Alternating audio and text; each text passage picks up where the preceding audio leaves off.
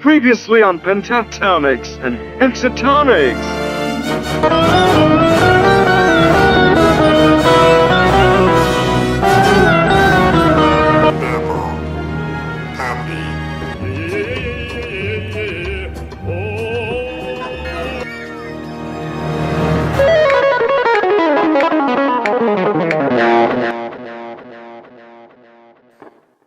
But what I kind of try to do is get my right hand in sync with the left a lot of the time. So like, let's go back to F major. So I'm kind of trying to go major, minor with the tonality here.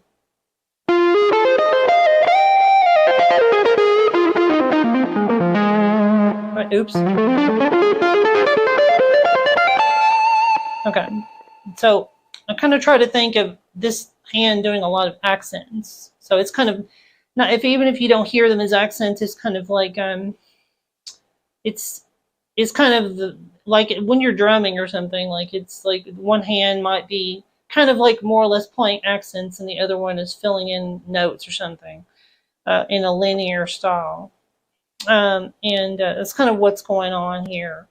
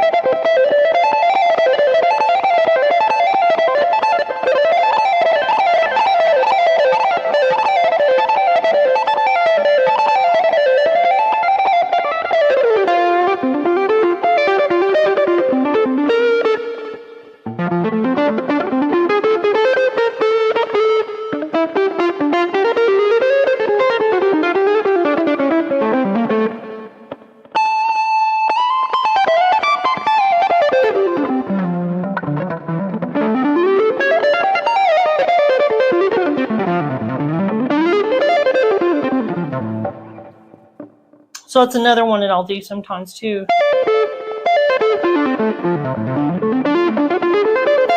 I'm kind of thinking of it as a 4-note scale / arpeggio. It's like F major, but you drop the 2 and the 1. Well, you drop the 2. My bad.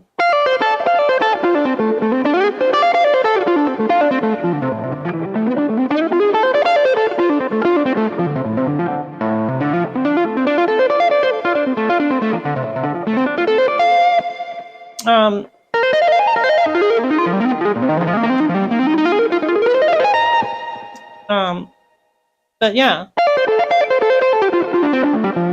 it just, the kind of, once you play with that one a little bit, it kind of gives you more of a natural feel, I feel, with the major pentatonics.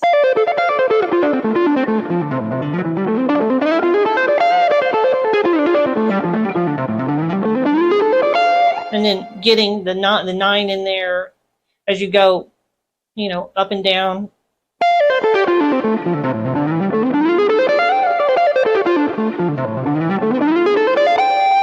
I feel like that's much easier when you do it that way. So that's something to also keep in mind. So someone else has brought this up. I'm going back to G minor again. The minor 7th arpeggio.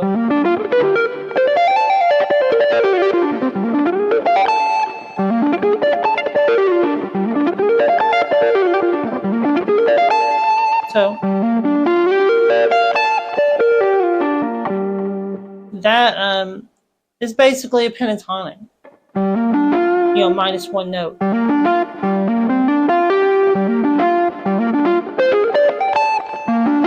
You could also go up to the minor 3rd scale degree.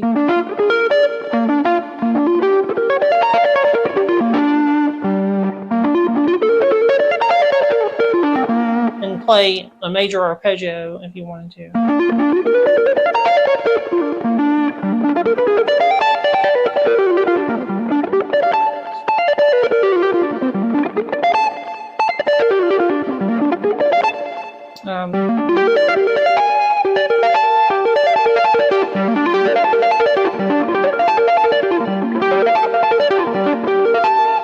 sometimes I'll throw in a cool jazz note, you know.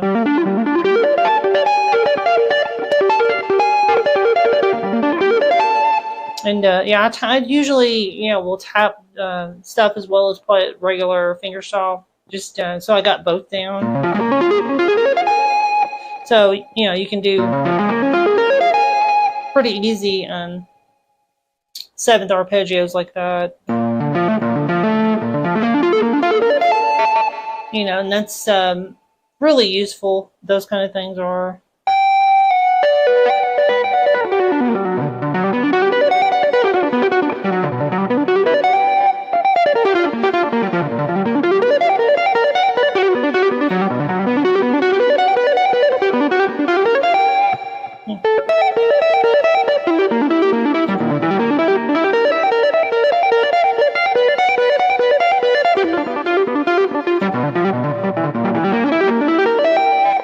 And extend that out into like 7th arpeggios, dominant 7s, and like minor 7/5/5s.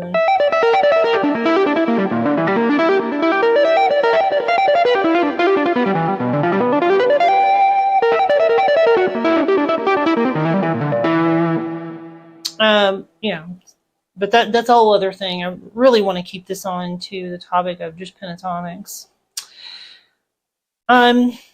So yeah, there's also, you know, like I've mentioned in other videos, just having like, let's say if it's E minor pentatonic.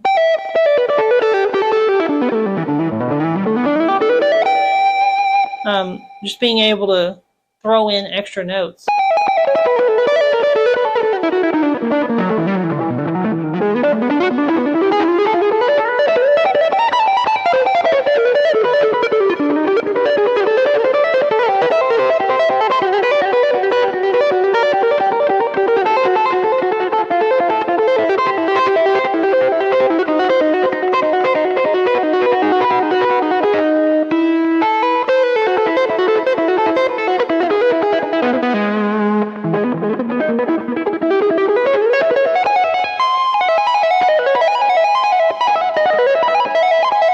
And then go into your diatonicisms and things like that. Yeah, so there's also just, you know,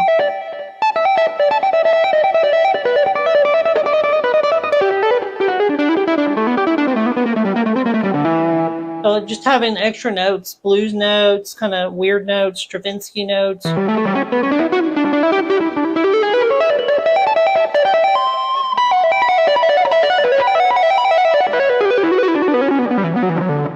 You know, like in those kind of things. I always go into those kind of tapping sequences just because they feel super good and it sounds very legato and smooth. It's not even like oh, this is super fast, check it out. It's not even impressive because almost everybody can do that now, pretty much. So it's not really that thing of technique. It's more just like one big stream of notes that you want to hear, because they sound good as a grouping, and the technique makes it sound very legato and connected, you know, and clean, right? It sounds very clean. And I think a lot of players today are hung up on, is this technique hard to do?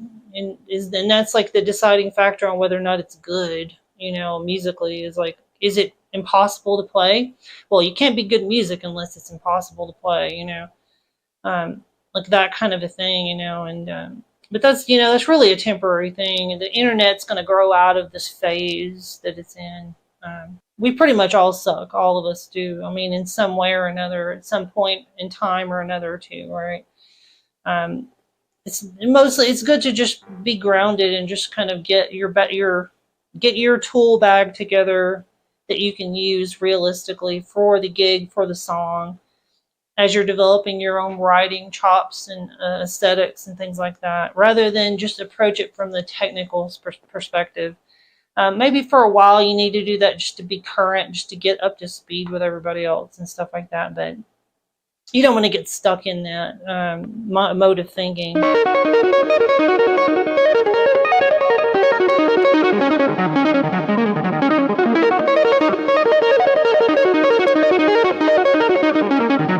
So that, I'm thinking of a minor seventh arpeggio, but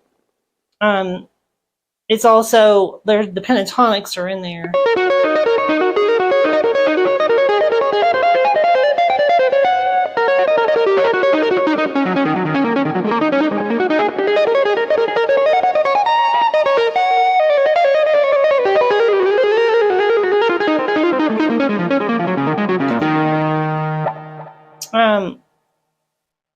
Yeah, so sometimes you really have to think of like another scale or arpeggio or something, or shape or architectural idea or texture idea, and then kind of like add or remove notes. And pentatonics are very useful, I feel like, in that regard, that they're kind of like a stepping stone, because when you first start playing guitar, it's one of the first things almost everybody does, because they go, they try to play stuff that they can actually play, and it leads them to like blues, things like that. And that whole repertoire is very well established for the electric guitar, right? So why go study something else if you're going to play electric guitar, right? At least at first.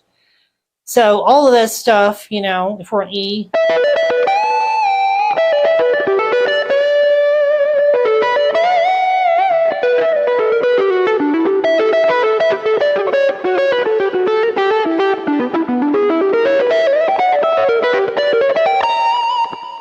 and then they start adding weird stuff, bluesier, jazzier things, and more rocking things.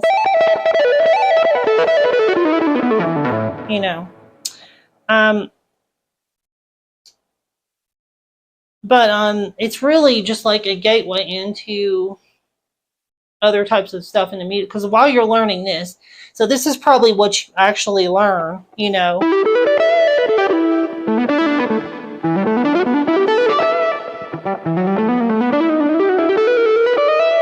like pentatonic blues, pentatonic with the chromatic notes in it, all that kind of stuff. And then for music, when you're going to play an actual tune or something, right? And then like as you're trying to learn the mechanics of music, it's all,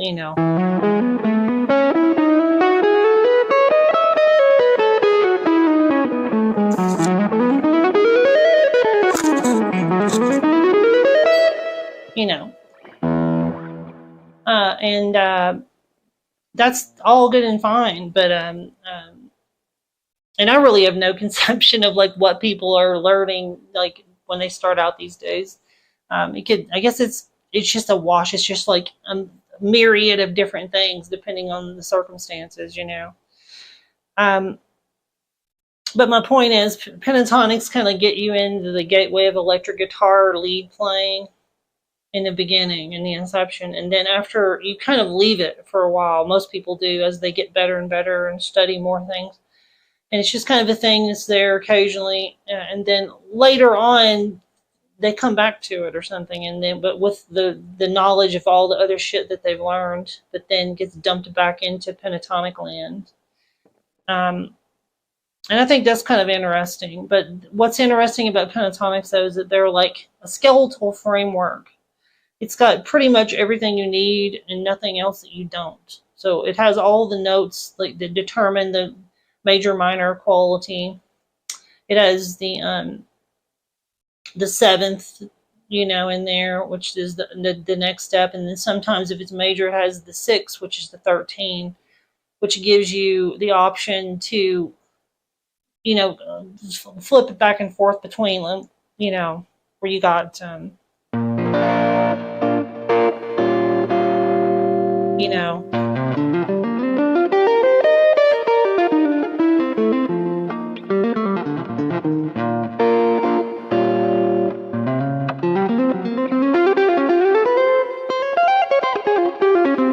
oh, I didn't even mention that. There's also like Japanese pentatonics. So like that, what I was playing. So if you have a B flat minor 6 chord, right?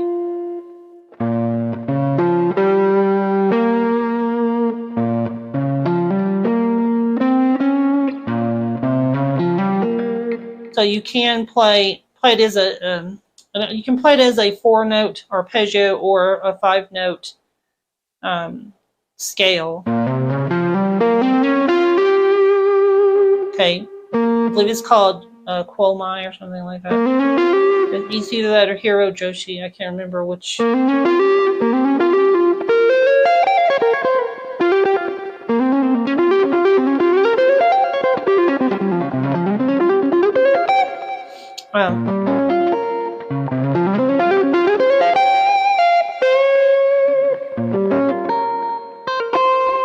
See, with that, I kind of came up with that idea of just dropping the root and thinking of it like a 4-note arpeggio sequence, but more like a scale, which would be 2 minor 3, 5, natural 6.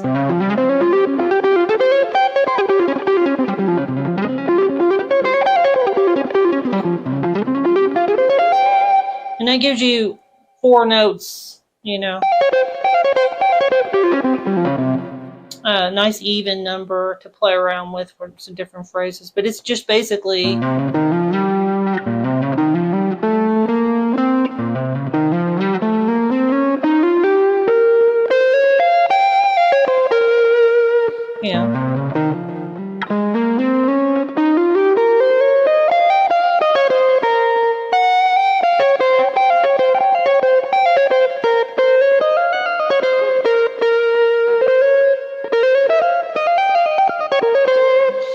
you're basically just playing B flat melodic minor.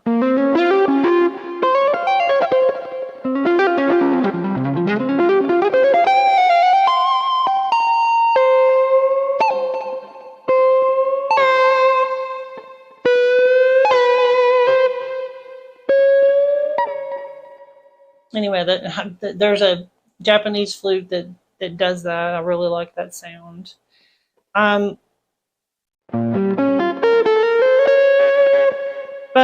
Yeah, so I mean, you're not really limited to just church mode type harmony. I mean, there's also, you know, like your whole tone.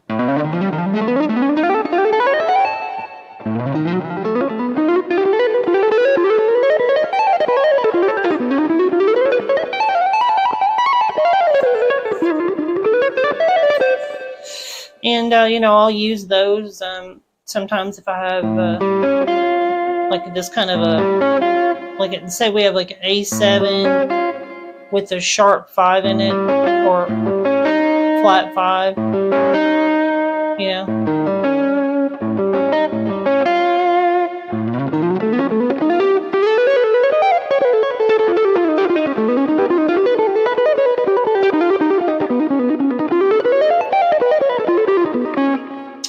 Cool thing about the whole tone scale, aside from the symmetry, is the fact that, you know, you can, if you go thirds, if you ascend in thirds by strings, by string pairs, you get a double note.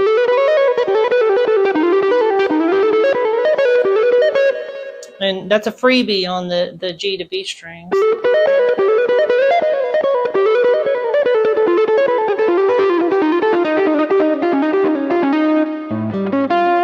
You know, but obviously augmented.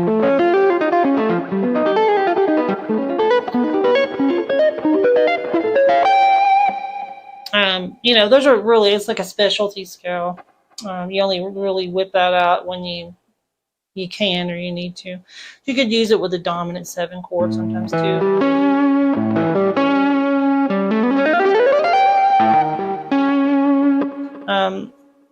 It just, you know, it's all taste, depending on the song and the situation.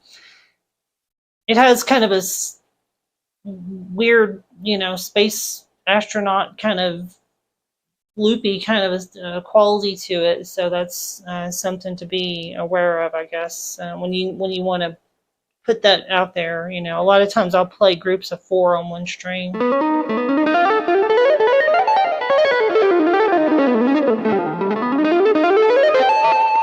Because that's the essence of the scale, is that kind of quality. You know, if you're playing it more melodically, that's a different story.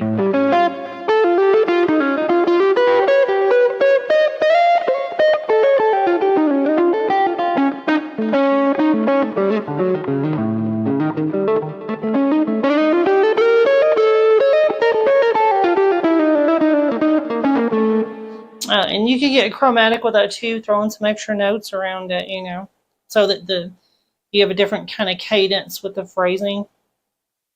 It's also very cool. Yeah, I think I'll do a little bit more on pentatonics and then wrap this thing up here. But so let's say we were in B flat once again. Let's go B flat major.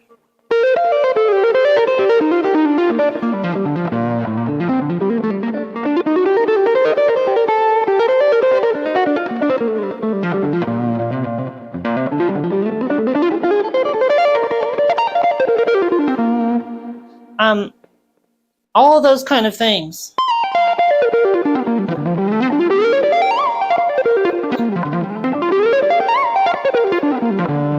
Just being able to play pentatonics all the way up and all the way down, and not just in root, like a root position. Let's say that it's C minor. So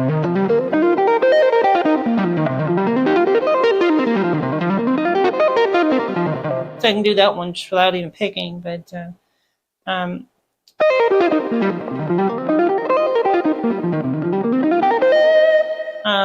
so you have this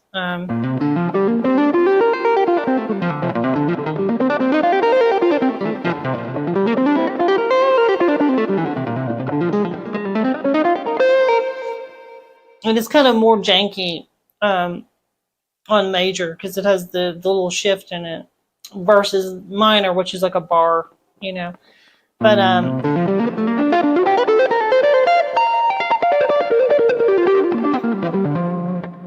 it's just good to be able to go to do groupings of more than like 3 or 4 notes.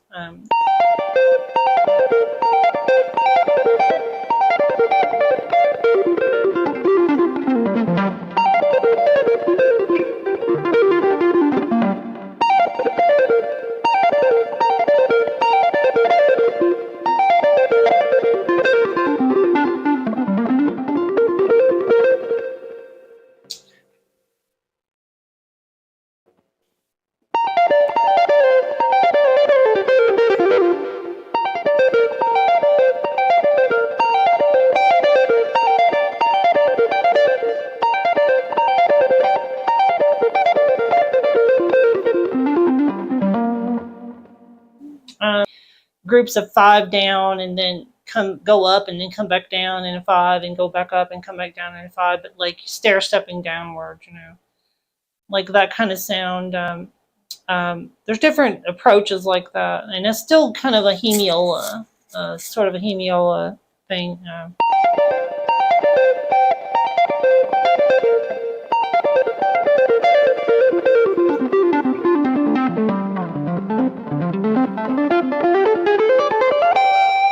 Like doing different groupings and things like that of note, and that's good because it again, the phrasal cadencing gets changed. You end up on note choices that you wouldn't otherwise get to because anyway, I think I've probably done enough. As always, don't forget to like and subscribe, and we'll see you on the next one.